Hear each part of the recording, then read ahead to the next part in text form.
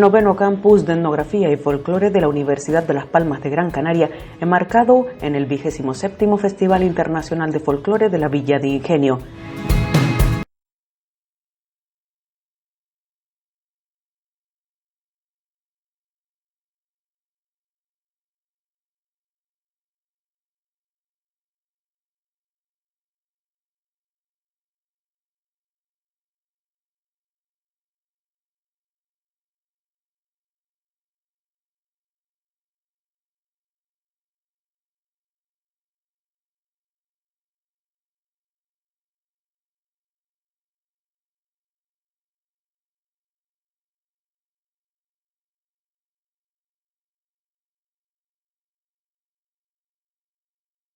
La 16ª jornada etnográfica y también el noveno campus de etnografía y folclore de Canarias. Por lo tanto, esperamos que lo disfrute. Esta tarde tenemos la historia del tabaco a cargo de don Anelio Rodríguez, que nos llega desde la isla de La Palma, y posteriormente la señorita Lías Rocha desde el Instituto Pérez de Los Llanos de Aridane, que vendrá acompañada de sus alumnos y alumnas, y donde también les recibirá como anfitriones los alumnos y las alumnas de la Escuela de Verseadores de Gran Canaria. Ahora ya le dejo la palabra a la señorita Casandra González, que es la moderadora de las dos mesas, y ya podrá dar la intervención a quien ella considere oportuno. Muy buenas noches y bienvenidos. Muy buenas tardes, pues damos comienzo a esta tercera jornada del noveno campus de etnografía y folclore de la Universidad de Las Palmas de Gran Canaria, que como bien dijo David, se centra en La Palma. Y hoy tenemos la suerte de contar con Anelio Rodríguez Concepción, que nos viene a presentar la ponencia Historias personales en torno a la tradición del tabaco. Y paso a presentarlo. Anelio Rodríguez Concepción nace en Santa Cruz de La Palma, es doctor en Filología Hispánica, profesor de Lengua, Literatura y escritor. Ha cultivado diferentes géneros y subgéneros literarios, de la poesía a la narrativa, de la novela al relato corto, en el que se centra gran parte de su actividad creadora, del ensayo filológico y historiográfico al artículo de opinión. En 1992 obtuvo el Premio Ciudad de Santa Cruz de Tenerife con 8 relatos y un diálogo, y en 2004 el Tiflos, convocado por la ONCE con El perro y los demás. Ha colaborado en diversas revistas nacionales y del extranjero. Invitado por el Instituto Cervantes, ha impartido charlas en diferentes ciudades de América, África y Europa. Ha participado en congresos y encuentros literarios internacionales de diferentes sesgos, como por ejemplo el Festival Hispanoamericano de Escritores, la Feria del Libro de Chacao o el Festival Barcelona Novela Histórica. Como filólogo ha publicado reseñas y estudios en periódicos y revistas especializadas y ha preparado la edición de las obras completas del escritor tinerfeño Ramón Feria, al que dedica su tesis doctoral. Como historiador y etnógrafo, ha realizado trabajos multidisciplinares de investigación sobre la tradición tabaquera y su influencia en las relaciones socioculturales de América y Canarias. Pues con ustedes los dejo con Anelio Rodríguez, al que además le agradecemos que haya aceptado la invitación y que hoy esté aquí con nosotros. Muchas gracias.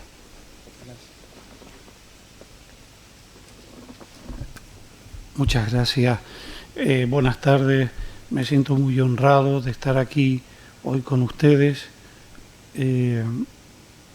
Muy feliz porque dedicar una jornada de estas características a las tradiciones, al mundo que estudian los etnógrafos, es siempre muy complicado y muy necesario. Mucho más ahora que estamos sometidos bajo el yugo de lo que comúnmente se llama la globalización, ¿no? Hay tantos estímulos que vienen de todas partes del mundo y que nos van marcando el camino, y sin embargo, y al mismo tiempo, hay tantos estímulos que nos vienen de tan cerca, de las personas más cercanas, de la familia, los padres, los abuelos, los vecinos. En Ingenio yo creo que saben bastante de eso y por tal motivo le dedican nada menos que unas jornadas, como decía antes, de estas características. Por eso me siento muy feliz, muy contento de estar aquí. Vengo de una isla habitada por isleños que tienen una química especial con los isleños de acá, de Gran Canaria. Lo decía hoy en una entrevista que me hacía en una emisora de de Gran Canaria, que entre los palmeros y los todos los habitantes de Gran Canaria hay un feeling especial. Viví aquí hace muchos años, di clase en el Instituto La Isleta, hace más de 30 años, y tengo un cariño especial por todo lo que es Gran Canaria. Así que reitero mi satisfacción. ¿Por qué estoy yo aquí hoy? Porque me han invitado para hablar de la tradición de todo lo que es la cultura tabaquera, que es vasta, es muy grande y compleja. Voy a simplificarlo, no se preocupen. Yo estoy aquí porque hace muchísimos años, cuando era un niño, siendo alumno del Grupo Nacional Sector Sur, un colegio de EGB que había en Santa Cruz de la Palma, al lado de la Plaza de Santo Domingo, hice un trabajo para la asignatura de Ciencias Sociales sobre el tabaco en La Palma. ¿Y por qué lo hice? Porque yo me crié en una tabaquería. El padre de mi madre, abuelo Pancho, Francisco Concepción Pérez, conocido en La Palma, ya saben que sobre eso deberían hacer alguna mesa de estas, sobre el mundo de los apodos, que allá en La Palma tienen un éxito enorme, sigue teniendo. Más conocido como Pancho Gibran, tenía una fábrica de puros, la marca era Gloria Palmera. Yo me crié allí, vivía en el mismo inmueble, en la planta de arriba, la fábrica estaba abajo. Y era un mundo fascinante en el que había hombres y mujeres de todo el barrio, varias familias vivían de aquel trabajo. Y digo que era fascinante porque yo ya desde niño percibí que en el mundo entre los tabaqueros, repito, hombres y mujeres, allí nadie se atreve a categorizar, nadie se atreve a tener la última palabra, nadie se atreve a lanzar sentencias de estas contundentes, esto es así y es así. No, en las tabaquerías se relativiza todo porque el trabajo del artesano, como lo mismo sucede en otras labores artesanas, ¿no?, requiere concentración y requiere silencio, y hay un clima extraño de tranquilidad, un poco zen en las tabaquerías. Los tabaqueros están calladitos, pero con las antenas puestas, escuchándolo todo y mirando de reojo así de vez en cuando con mirada socarrona. Ahí está la socarronería del hombre canario. No invento nada al hablar de eso, de la socarronería del hombre canario. Me crié en ese ambiente. Y entonces cuando don Félix, mi maestro, dice, bueno, vamos a hacer un trabajo de estas características y tal, a ver, ¿qué temas escogen ustedes? Yo enseguida dije, yo voy a hacer algo sobre el tabaco. Tenía una cámara Kodak Instamatic de plástico que se cargaba con unos cartuchos, eso ya no existe. Una cámara compacta, que no era mía, por supuesto, era de mi hermana. Cogí esa cámara y empecé a hacer fotos a todas las personas que trabajaban en aquella fábrica. Y me di cuenta que había que ir también a la raíz de todo aquello, que era la labor agrícola. Por supuesto, en La Palma hay una gran tradición agrícola también de tabaco. Me fui al campo a hacer fotos en diferentes plantaciones de tabaco. Y hacía fotos no solo de la planta, sino, y aquí viene lo interesante para mí, fotos del agricultor en plena faena, ¿no? Y con aquellas fotos y lo que yo sabía, iba tomando notas, elaboré un trabajo. Y entonces, cuando se lo presenté a don Félix, se entiende que don Félix habló con el director del colegio, se llamaba don Germán González. Dice, Germán, mira lo que me ha hecho este chico.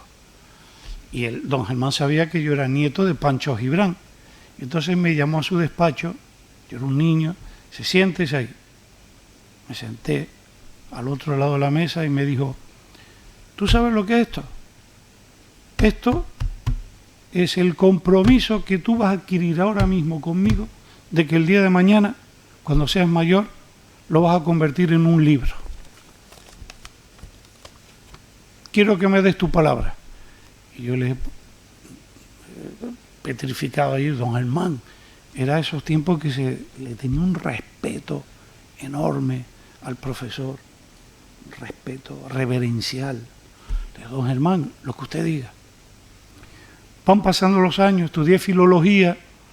¿Esto tiene algo que ver con la filología? Pues sí, porque en quinto de carrera hice un trabajo sobre el léxico de los tabaqueros en La Palma para don Antonio Lorenzo, magnífico profesor de dialectología que tuve en quinto de carrera, creo que fue, sí. Entonces, cuando acabé el trabajo, don Antonio Lorenzo me lo devolvió. Me dijo, toma, este trabajo debes presentarlo en algún congreso, o bien yo creo que debes seguir tirando del hilito hasta conformar un libro sobre el tema. Y me acordé de don Germán, pero aparece una tercera persona fundamental para mí en mi vida, igual que don Germán, igual que don Antonio Lorenzo y todos mis profesores de la EGB, del bachillerato y de la universidad, que fue don José Pérez Vidal. Don José Pérez Vidal es uno de los mayores estudiosos que ha dado esta tierra, Canarias. Era palmero de Santa Cruz de la Palma. Tuve la inmensa fortuna de conocerlo. Él era filólogo, él estudió filosofía y letras y estudió Derecho. Era licenciado en Derecho también. Y él era de la Real Academia de la Lengua. Era académico correspondiente, que es una figura que existe, que tiene un gran valor simbólico para la Real Academia.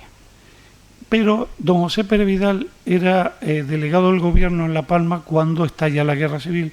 Ahí, pues ustedes saben, se suceden los efectos colaterales terribles que traen consigo todas las guerras, no solo las muertes, la barbarie en sí, que es la guerra, sino todo lo que viene después, las represalias, la cárcel, la represión. Y don José Pérez Vidal fue represaliado, lo mandaron como un maestro, le perdonaron la vida y lo mandaron como un maestro de escuela a un pueblito de los Pirineos, y allá que se fue con su mujer doña Charo. Pero tenía un profesor que era don Agustín Millares Carló, gran canario, paleógrafo, el mejor paleógrafo yo creo que ha habido, no hablo de España, sino de la cultura hispánica, y don Agustín Millares Carló lo reclamó, fue a hablar con las autoridades, mira, este hombre es demasiado valioso, no puede estar aquí, por favor, tráiganlo a Madrid. Le hicieron caso, lo trajeron, pero seguía siendo un hombre represaliado, él no podía dar clases. Y entonces le dieron un puestito muy humilde de bibliotecario del CSIC, del Centro Superior de Investigaciones Científicas. Y don José, a quien yo conocí cuando era un muchachito, me decía, ellos no sabían el favor que me estaban haciendo al ponerme al cuidado de aquella maravillosa biblioteca, porque había un tesoro solo en material bibliográfico, de tipo etnográfico, que era un tema que a él le interesaba mucho. Y don José se convirtió así en no solo en un investigador del mundo filológico, sino también del mundo de la etnografía. Por ejemplo, él tiene un libro maravilloso que se llama Dulcería y Medicina Popular en el libro de Buen Amor, que es un prodigio y una delicia de libro. Tiene sus estudios fundamentales sobre Galdós, sobre Pérez Galdós, fue un gran biógrafo de Pérez Galdós. Y él aquí en Las Palmas encontró siempre un respaldo enorme, colaboró muchísimo con la Casa Colón y con la Casa Museo Pérez Galdós, y el Cabildo de Gran Canaria publicó buena parte de la producción de don José Pérez Vidal como investigador. Bueno, pues uno de sus trabajos etnográficos fue un libro que se llama España en la historia del tabaco. Y lo hizo en gran parte porque accedía a un material difícil de localizar sobre el mundo del tabaco en esa biblioteca mágica de la que él era guardián, también, digámoslo así, mágico. Y cuando yo lo solía ver, él iba en verano, porque vivía en Madrid, a Santa Cruz de la Palma, iba a verlo todas las tardes y tenía con él una charla que duraba 1 hora, ni más ni menos, ni 1 minuto más ni 1 minuto menos. Era muy metódico. Y entonces él me dijo, yo le llevé el trabajo que don Antonio Lorenzo me devolvió gentilmente, me dijo, toma, el trabajo es tuyo, no mío, haz uso de él, preséntate a algún congreso. Se lo pasé a don José y cuando lo leyó me dijo, yo creo que tú deberías hacer lo que yo no pude hacer en su momento porque estaba en Madrid, que es un trabajo sobre la tradición del tabaco aquí en Canarias y especialmente en La Palma, que es la isla donde ha dejado una huella más profunda. Esa es la verdad.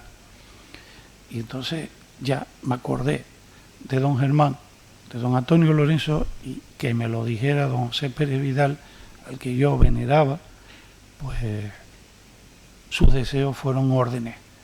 Y empecé a hacer este trabajo de investigación, y era un trabajo que hice en paralelo, fue un trabajo paralelo al de mi tesis doctoral, que era sobre el escritor tinerfeño de preguerra, de las vanguardias del 27, Ramón Feria. Fui haciéndolo poco a poco, y ¿saben lo que hice? Mantuve el mismo esquema de aquel trabajo que había hecho en mi infancia, el mismo plan de trabajo.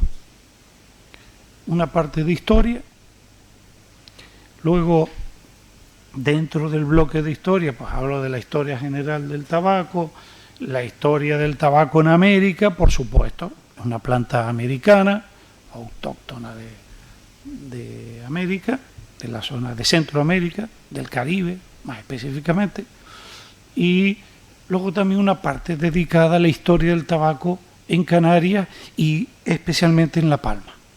Primer bloque. Segundo bloque, una descripción pormenorizada de las labores en el campo, en el cultivo, en el secado y en la curación del tabaco.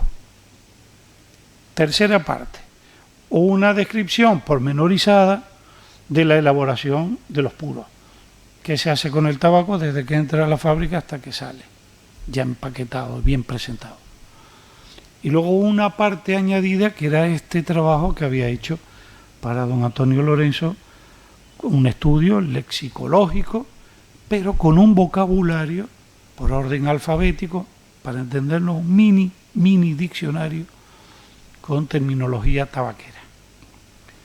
Todo eso constituye, añadamos a eso un apéndice de textos, constituye el grueso de ese libro, ¿no?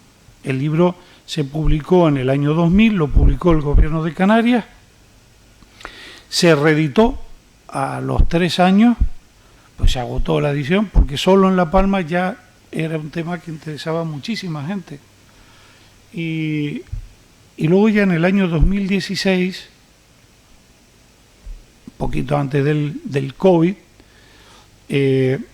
2 buenos amigos de Santa Cruz de la Palma, investigadores ambos, llevan una colección de libros de investigación etnográfica, se llama, bueno, no me sale ahora el nombre de esta editorial magnífica, me publicaron el libro, La tradición insular del tabaco, mucho más que humo y ceniza. Aquí añadí en las páginas centrales hay un álbum completísimo con imágenes, reproducciones, color, buscamos la manera de que esté incluso el tamaño bien representado ahí, ¿no? De anillas, de marquillas, de filetes, de tapaclavos, de vistas, de todo lo que tiene que ver con la litografía en las labores de habilitación, que es el empaquetado de los puros. Y resulta que llegamos a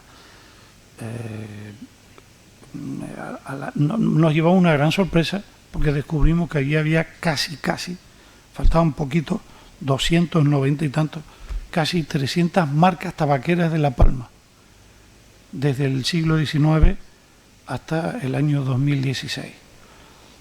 Me consta que del 2016 hasta ahora han aparecido algunas marcas más. Eso para que ustedes vean la importancia que tiene el tabaco en La Palma. ¿Y qué aporta el tabaco a la cultura en general de la isla? Muchísimo. No solo, ya de por sí, el trabajo en el campo y el trabajo en la fábrica puede justificar que se haga un estudio sobre la tradición tabaquera, pero es que hay mucho más. Porque en torno a ese mundo yo fui descubriendo poco a poco la importancia que tuvieron los emigrantes canarios en Cuba, que como ustedes saben es el país por antonomasia del tabaco, aunque no es el único, pero es el gran referente como nación tabaquera, sigue siéndolo Cuba. Y ustedes saben que hemos tenido un flujo continuo de migrantes canarios que van a buscarse la vida a Cuba. Mi abuelo Anelio, el otro abuelo, el padre de mi padre, fue migrante en Cuba. No fue tabaquero, pero fue migrante en Cuba. Y regresó de Cuba cuando mi padre todavía, era ya casi, estaba en edad preadolescente. Mi padre se crió en La Habana. Y ya mi padre me hablaba de la importancia que tenían las asociaciones de beneficencia que se establecieron en diferentes lugares de Cuba. Las crearon los emigrantes canarios para protegerse, porque allí había explotación y había, en algunos casos podríamos hablar de una situación de semiesclavitud, ¿no? Y se protegían y creaban cajas de ahorro como una especie de mutua, creaban escuelas, creaban órganos de expresión. ¿Qué órganos? Periódicos, revistas. Y mi padre me hablaba de la importancia que tenían los tabaqueros y los agricultores del tabaco en Cuba, emigrantes canarios. Porque sepan ustedes que ese sector tan importante para la economía cubana, desde el siglo XVI, ha estado en manos de canarios, lo que allá se llaman isleños, desde el siglo XVI. Se creó una nueva categoría laboral, agrícola, ellos lo llamaban vegueros, porque cultivaban en las vegas muy fértiles de Cuba. Y fueron los primeros en el siglo XVI que crearon un cultivo sistemático del tabaco para explotarlo, para venderlo, para producir tabaco. Ahí empieza la tradición tabaquera, porque ya en el primer viaje de Colón, Colón ya creo que el mismo 12 de octubre de 1492, creo recordar que ya el mismo día él toma nota en su diario y dice: mandamos a 2 o 3 expedicionarios adentro de esta isla que él llamó la Española, y se encontró allá, estos 2 expedicionarios se encontraron a unos indígenas que iban con plumas y tal, y que exhalaban humo por la boca. Llevaban unas hojas secas de algo que estaba encendido y aspiraban y exhalaban humo. Ya en el diario de Colón ya está ahí la primera referencia que tenemos y que tiene la historiografía moderna del tabaco, ¿no? Pero quienes realmente se dieron cuenta que ahí había un gran negocio en ciernes fueron los emigrantes canarios. Ya en el siglo XVI dijeron: esto lo podemos plantar, controlar el crecimiento de esta planta, cuidar bien la hoja, prepararla bien para luego venderla a estos oros. Bueno, en el siglo XVII, un emigrante palmero, que era un capitán, lo tengo apuntado por aquí, me traía preparada con todo tipo de datos, pero a ver por dónde está.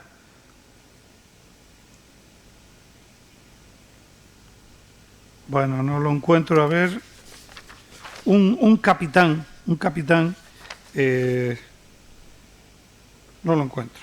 Envía en el siglo XVII un dinero a La Palma. O sea, ¿qué hace él? Envía un montón de arrobas de tabaco. Ese es el dinero que él envía. Envía tabaco a La Palma y dice, tomen, véndanlo, y con lo que saquen de la venta de este tabaco que yo les regalo, quiero que hagan un altar para la Virgen de las Nieves. De ahí ha salido toda la estructura, el armazón de plata del altar de la Virgen de las Nieves. Un capitán canario, palmero. Fíjense, ya estaba en los Canarios la importancia del tabaco. Llega el tabaco a La Palma, se empieza a cultivar tabaco en el siglo XVII, es en el XVIII cuando aquello empieza a cobrar ya de verdad fuerza, y es en el XIX cuando hay una eclosión de la producción tabaquera en La Palma, tan importante que se empezaron a ganar premios internacionales en la Feria Universal de Filadelfia, en la Feria Internacional de Bruselas, en ferias nacionales, en Sevilla. El tabaco palmero empieza a cobrar fama y empieza también a ser un poquito, porque cuantitativamente no podía competir, pero empieza a hacerle un poquito la competencia a las labores cubanas y tal. Y ahí aparece algo terrible que ha afectado muchísimo y ha impedido que esta producción tabaquera haya alcanzado todavía mayor importancia desde el punto de vista económico en las islas, que es la labor de tabacalera, la arrendataria de la corona que controlaba todo lo que tenía que ver con la producción y comercio y venta de tabaco. La tabacalera era una madrastra, pues una abusadora, fue cruel con Canarias, impidió sistemáticamente que aquella industria y la artesanía del tabaco se desarrollara mucho más, con todo tipo de trabas. Y yo he llegado a la conclusión de que había detrás motivos torticeros, es decir, había gente relacionada con el poder que había invertido dinero propio en el mundo tabaquero en Cuba. Y aquello tenía que ser una especie de algo intocable, ¿no? La producción cubana. De todas formas, no habríamos podido competir, las islas no dan para tanto. Es un territorio muy pequeño, muy fragmentado, es muy difícil competir con todas las posibilidades que tiene un país como Cuba.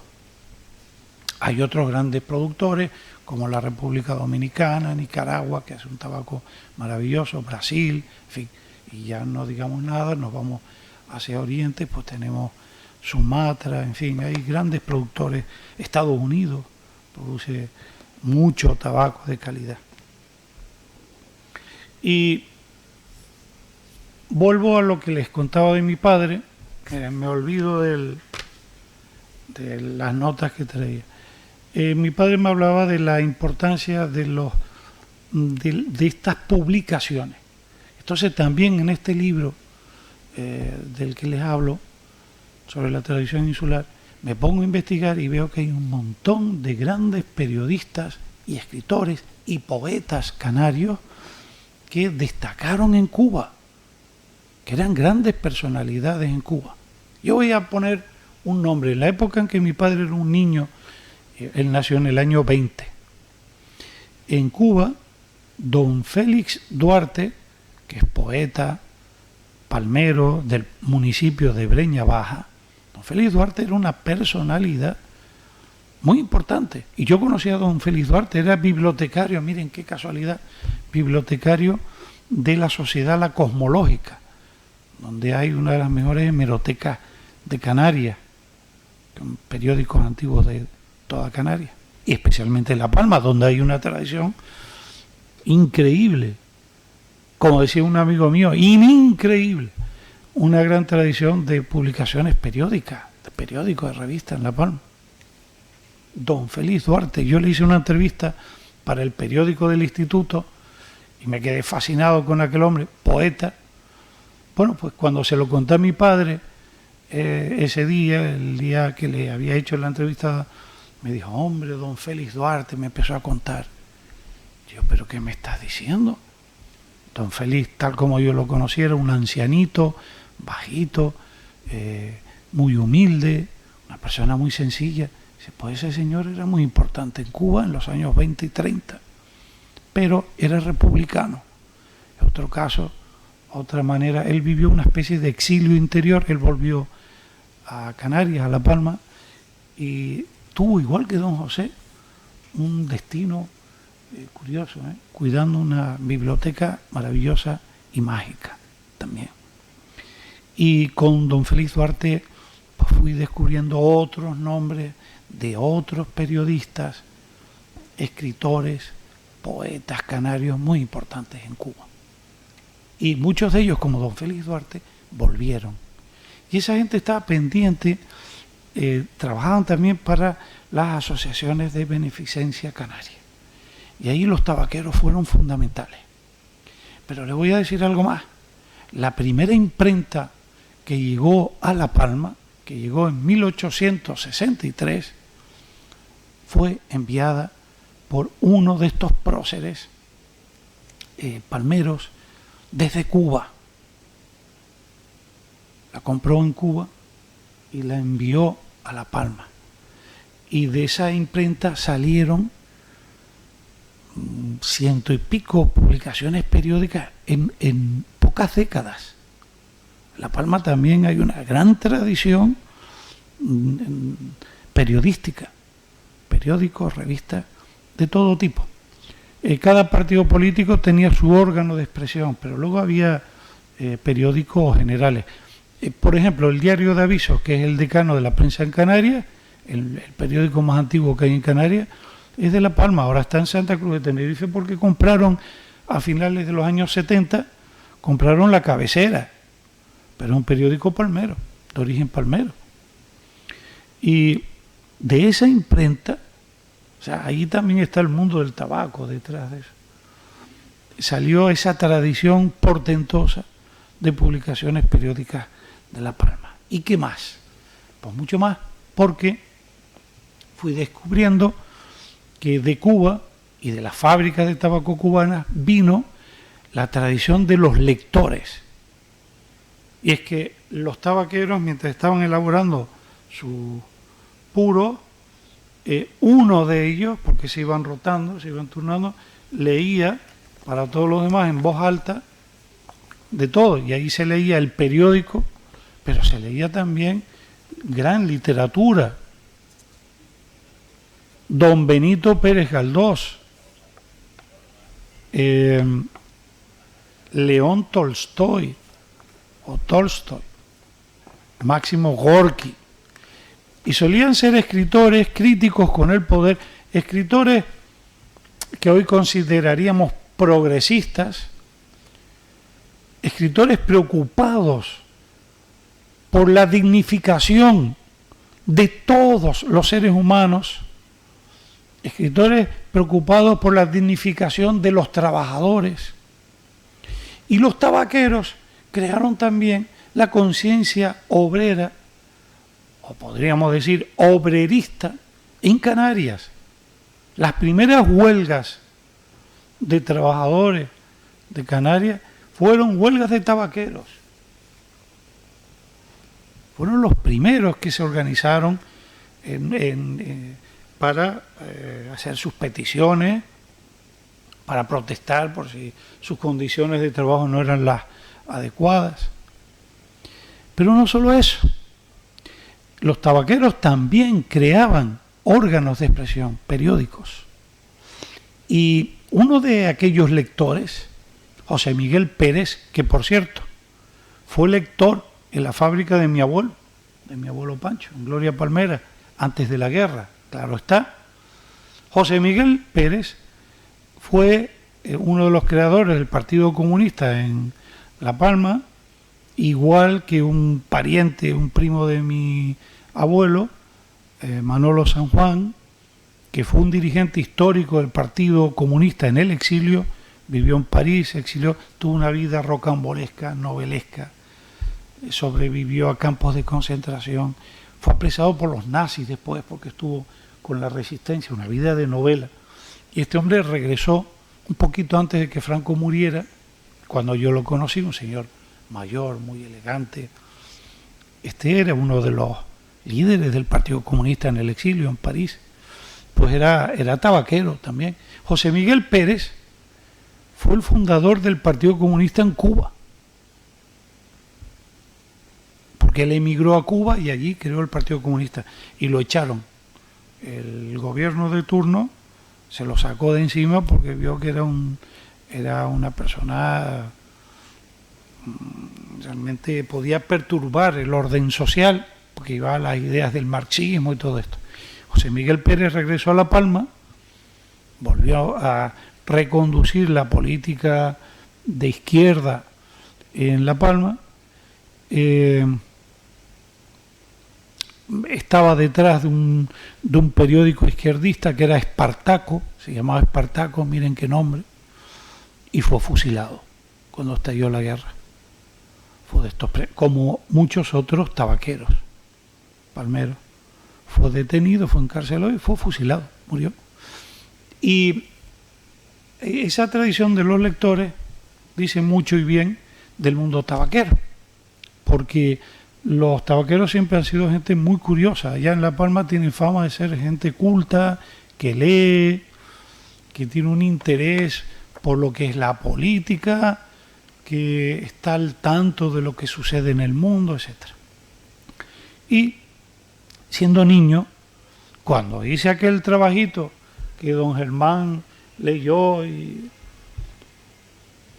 me encontré en casa de mis padres, un librito pequeñito, así, pequeñito, con papel Biblia, que era el reglamento de la Confederación de Tabaqueros El Trabajo, a la que perteneció mi abuelo Pancho. Antes de independizarse, él aprendió el oficio de tabaquero en El Trabajo. Ustedes saben cuál era el perfil. Todo eso, después de leer uno el reglamento, llega rápidamente a esa conclusión.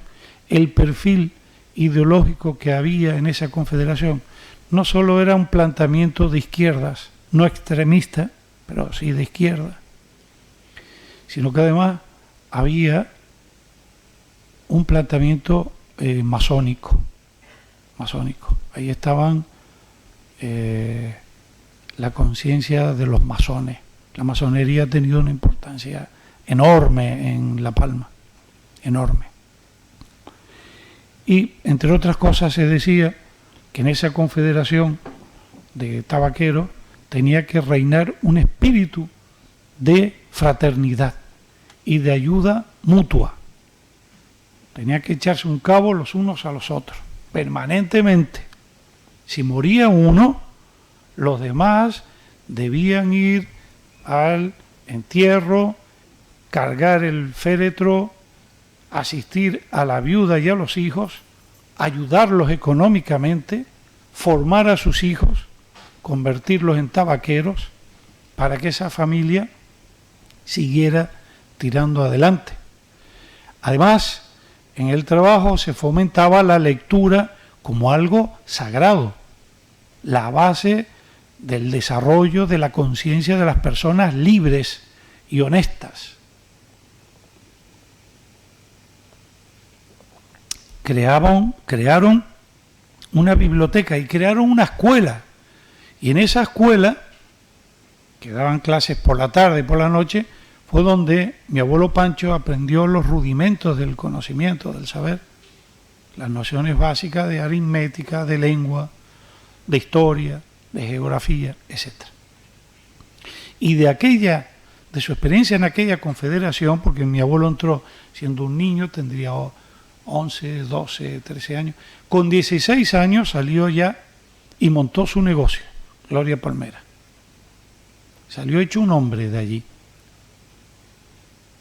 Y en la biblioteca de mi abuelo, yo ahora como filólogo, cuando estaba estudiando filología, me sorprendí al ver los libros que él tenía allí. Allí había obras de los grandes clásicos rusos españoles, el teatro, Calderón, López de Vega, don Benito Pérez Galdós, que era una figura en mi familia fundamental, muy respetada, un punto de referencia en la visión del mundo, don Benito Pérez Galdós. Eso, Tolstoy, pero luego venían los otros grandes narradores. Por cierto, mi abuelo Pancho, al igual que mi abuelo Anelio, también sufrió represión, pero él volvió, resurgió de la ceniza, estuvo en Faifes, mis dos abuelos estuvieron en Faifes, y retomó la labor de industrial tabaquero y siguió con su fábrica. Después, a mitad del siglo XX, llega la costumbre de poner la radio. Hoy le decía, me llamaba Sergio de la Rosa de Radio Nacional, decía, Sergio, no me puedo meter aquí con la radio, porque la radio es fundamental, muy importante, como ustedes saben, un medio de comunicación, de entretenimiento, pero también de información y de formación. Llega la radio a las tabaquerías y desaparece la figura del lector. Pero me consta que en muchas fábricas y chinchales se mantuvo la figura del lector durante mucho tiempo. Y otra cosa, se cantaba mucho en las tabaquerías. Tabaqueros formaban el grueso de la masa coral de La Palma, que estaba en Santa Cruz de La Palma. Había muchos tabaqueros que cantaban música de todo tipo. El grupo Los Viejos, que sigue funcionando y espero que se mantenga, sale de ese ambiente de la tabaquería. Los tabaqueros tenían unas voces magníficas. Yo recuerdo de niño escuchar a Francisco Fernández Castillo, una de las mejores voces que he escuchado nunca, con una guitarra, cantar una canción cubana de principio del siglo XX. Luego la he escuchado muchos años después en una versión de la gran cantante y folclorista cubana María Teresa Vera. Y se llama Bodas Nupciales. Yo era un niño, me quedé pasmado al escuchar aquello, que es una historia de necrofilia increíble, una cosa alucinante. Bueno, ¿y se ha quedado algo más de ese mundo? Claro, sigue habiendo tabaqueros, sobre todo en el municipio de Breña Alta, en La Palma. ¿Sigue habiendo plantaciones de tabaco? Sí, señor. No tan abundantes. En el año 1966 llegó la plaga del moho azul, que acabó con todo el tabaco que se plantaba en La Palma. Eso supuso un quebranto enorme, desaparecieron muchos de estos chinchales, fueron desapareciendo porque desapareció la producción agrícola propia de La Palma. Pero llegó, digamos, una forma de reinvención del sector. Los tabaqueros empezaron a buscar otra cosa novedosa, maravillosa, son las ligas de tabaco. Tabaco de La Palma, pero también tabaco de Brasil, de Cuba, hasta de Connecticut, de Sumatra, recuerdo cuando yo era niño, de lo que se llamaba Rhodesia, el centro de África, y llega una nueva excelencia tabaquera que es la que creo que se ha mantenido hasta ahora. Voy a acabar porque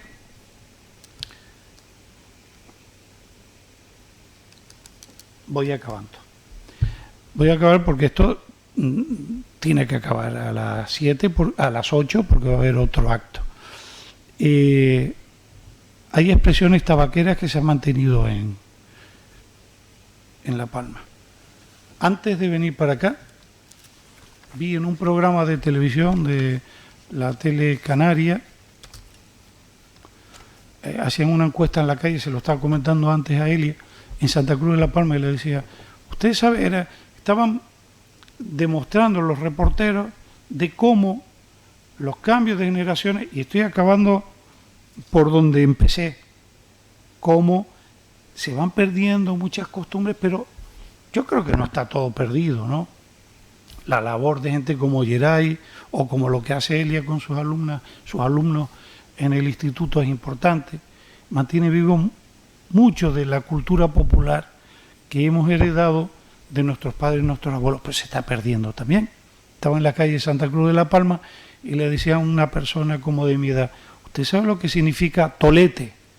Y el hombre decía, hombre, por supuesto.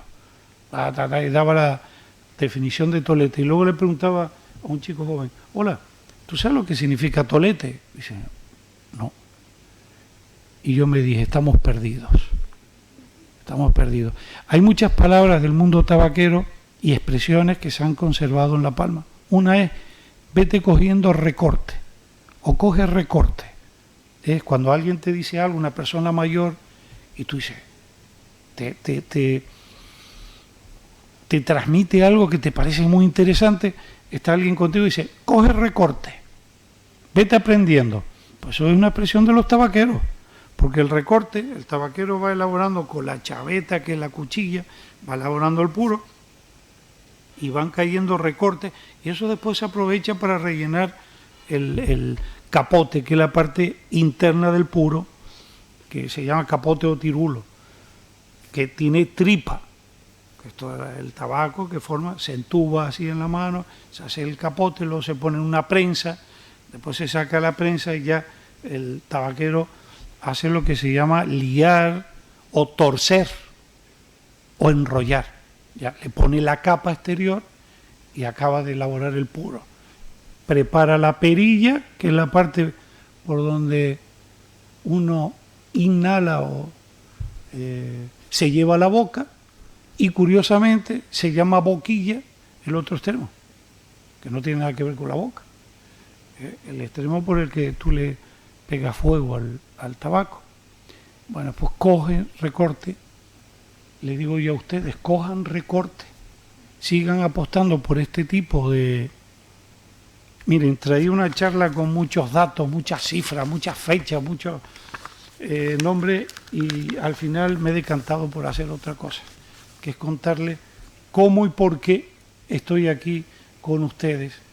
Y ahora ya entienden por qué manifesté desde que entré mi satisfacción, porque me alegra estar aquí en unas jornadas de estas características y porque me parece admirable, encomiable que existan y que haya gente, que haya voluntarios que se esfuerzan para que esto salga adelante. Me parece maravilloso y aplaudo al pueblo, le digo chapó, y me despido diciéndoles eso, que cojan recorte.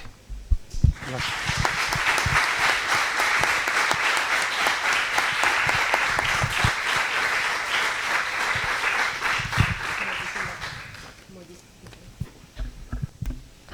Muchísimas gracias, Anelio, por esta interesantísima charla en torno al tabaco. Agradecidos nosotros por tenerte hoy aquí. Y ahora pues el turno de si alguien quiere hacer alguna pregunta.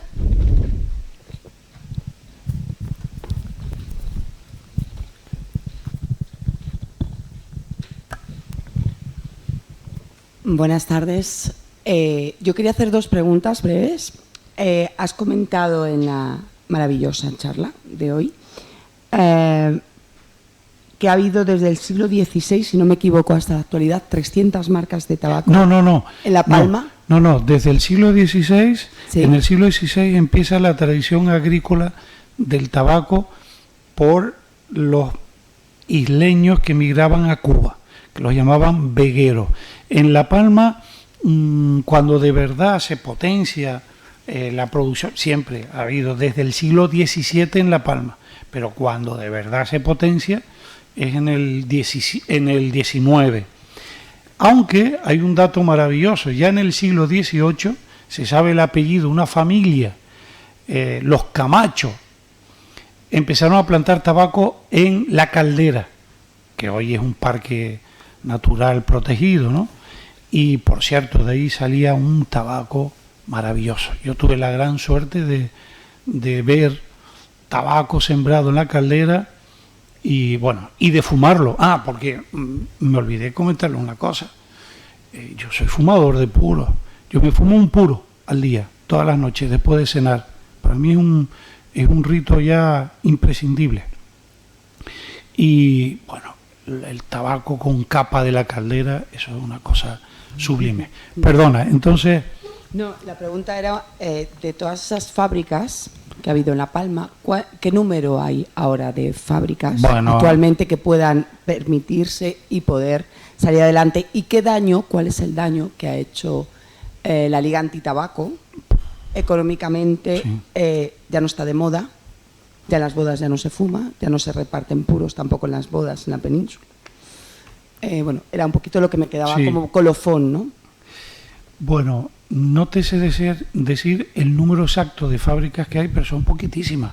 Pero ojo, cuando yo hablo de 300 marcas, no piense que estaban simultáneamente trabajando, ¿no? Sino yo las contabilicé desde finales del siglo XIX, hasta el año 2016, en que se publica la tercera edición de este libro, ¿no?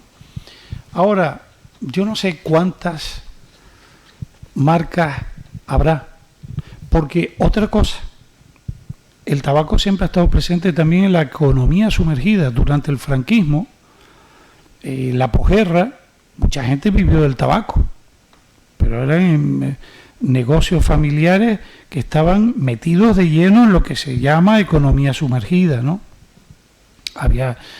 Aparte de estas marcas que eran, vamos a decir, estaban oficialmente reconocidas, había muchísima gente que hacía puros en su casa. Yo recuerdo el padre de un amigo mío, compañero de estudios en la EGB, que hacía puros en su casa. Don Antonio ya murió. Mucha gente trabajaba en lo que se llama economía sumergida. Últimamente ya no, está todo muy... Desde que España entró en la Unión Europea, pues bueno, hay un control riguroso, pero no te sé decir cuántas marcas puede haber ahora.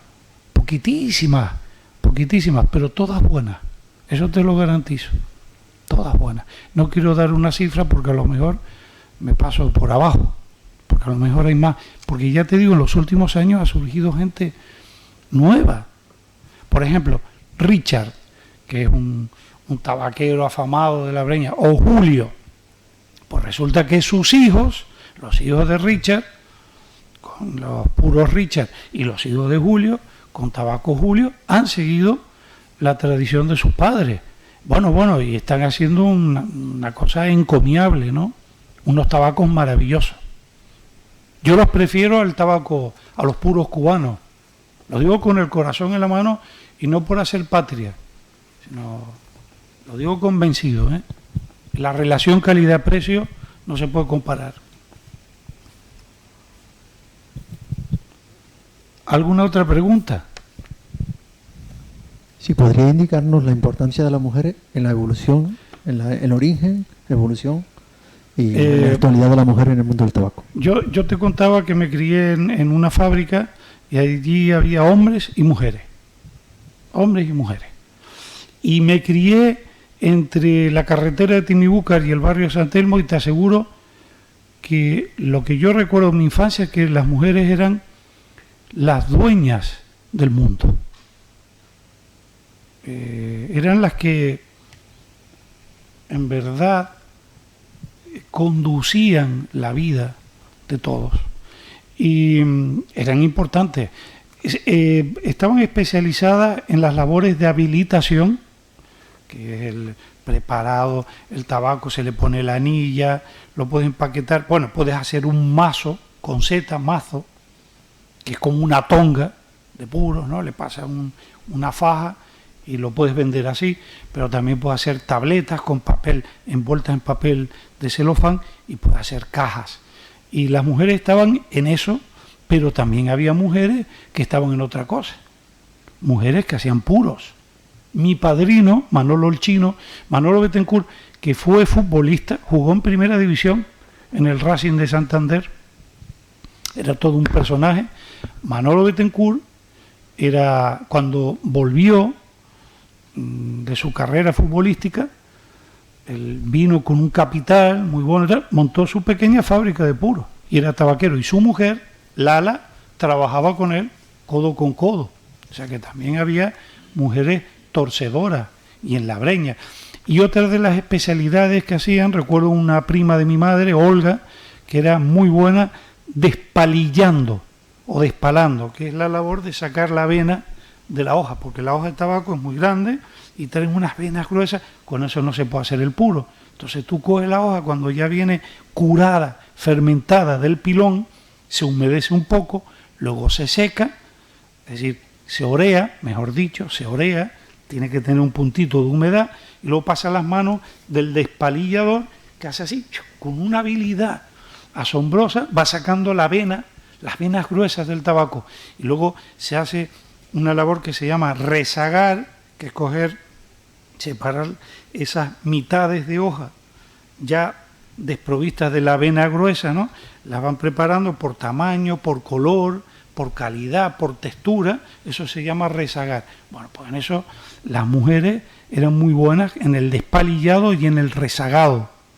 Y también conocí a una señora que trabajaba con su marido en el pilón más importante que yo he visto nunca en mi vida, un pilón enorme, gigantesco, en el municipio de Breña Alta, que era Augusto González, y su señora trabajaba con él, que consiste en un amontonamiento de gavillas de tabaco. Cuando ya está seco, viene de los cujes y se va humedeciendo, y tú vas poniendo el brazo, vas metiendo el brazo entre ese montón de hojas, y tú vas viendo el calorcito que hay ahí dentro, está fermentando, ¿no? Pues la mujer de Augusto era, yo creo que era fundamental allí. O sea que todas las labores, han hecho todas las labores las mujeres tabaqueras. Es verdad que en la Confederación del Trabajo no había mujeres, pero es verdad que había mujeres tabaqueras, pero no en la Confederación, porque era una cosa como un grupo sindical, como los sindicatos al principio en sus orígenes, ¿no? Pero hay una foto famosa en La Palma, que es la salida de los obreros de la fábrica africana, que era una gran fábrica afamada, que obtuvo muchos premios muy importantes internacionales y exportaba mucho al extranjero, y es una foto hecha por Miguel Brito, el fotógrafo más importante que ha habido en La Palma, que es un pionero de la fotografía. Y Miguel Brito hizo una fotografía a la salida de los trabajadores de Africana, y yo estuve observando aquella fotografía y yo creo que había más mujeres que hombres. O sea que es un oficio en el que ha habido muchas mujeres que han sido muy importantes. Y en la agricultura, en la agricultura también. Y tú vas a eso, a la fábrica de Richard o a la fábrica de Julio, y ahí ves mujeres trabajando, haciendo de todo.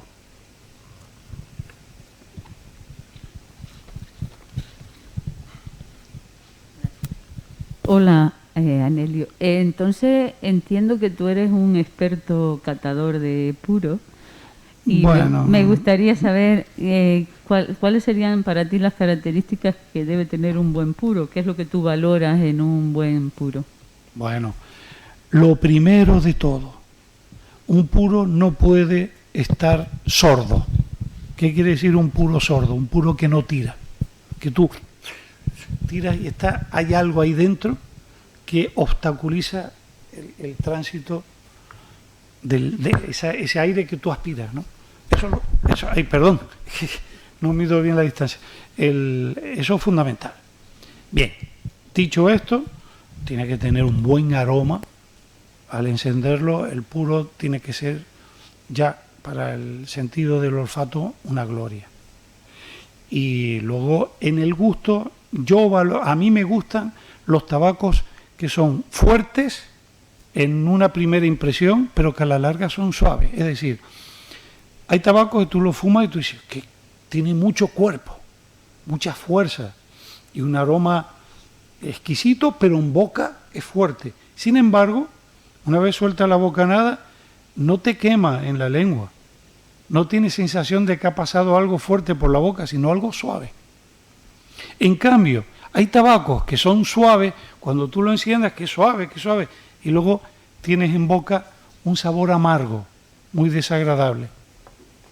Bueno, esto es una de las muchas cosas que te podría decir, pero te tengo que dar paso a ti, Elia, y a tus chicas y a Yeray. Así que cualquier otra cuestión que ustedes tengan, si quieren me la hacen después, ¿no? Pero para dar paso, ¿les parece? Para que no se alargue esto mucho. O yo como ustedes quieran. ¿Qué hacemos? ¿Sí? Si quieren hacer alguna pregunta más, yo por mí, pero vamos a escuchar a los chicos. Muchas gracias por la atención. Anelio, antes de que te vayamos a hacerte un presente. Este es uno de los voluntarios. Yo les pido un aplauso para los voluntarios, porque sin ellos no habría. Enhorabuena por el trabajo realizado. Muchas gracias. Gracias. Y bueno, a continuación, para seguir con la segunda parte de esta tercera jornada, comenzaremos con la mesa redonda, que ha por título La décima y el punto cubano como herramienta pedagógica, y contaremos con la presencia de Elia Rocha Barreto y de Yeray Rodríguez, junto con un alumnado.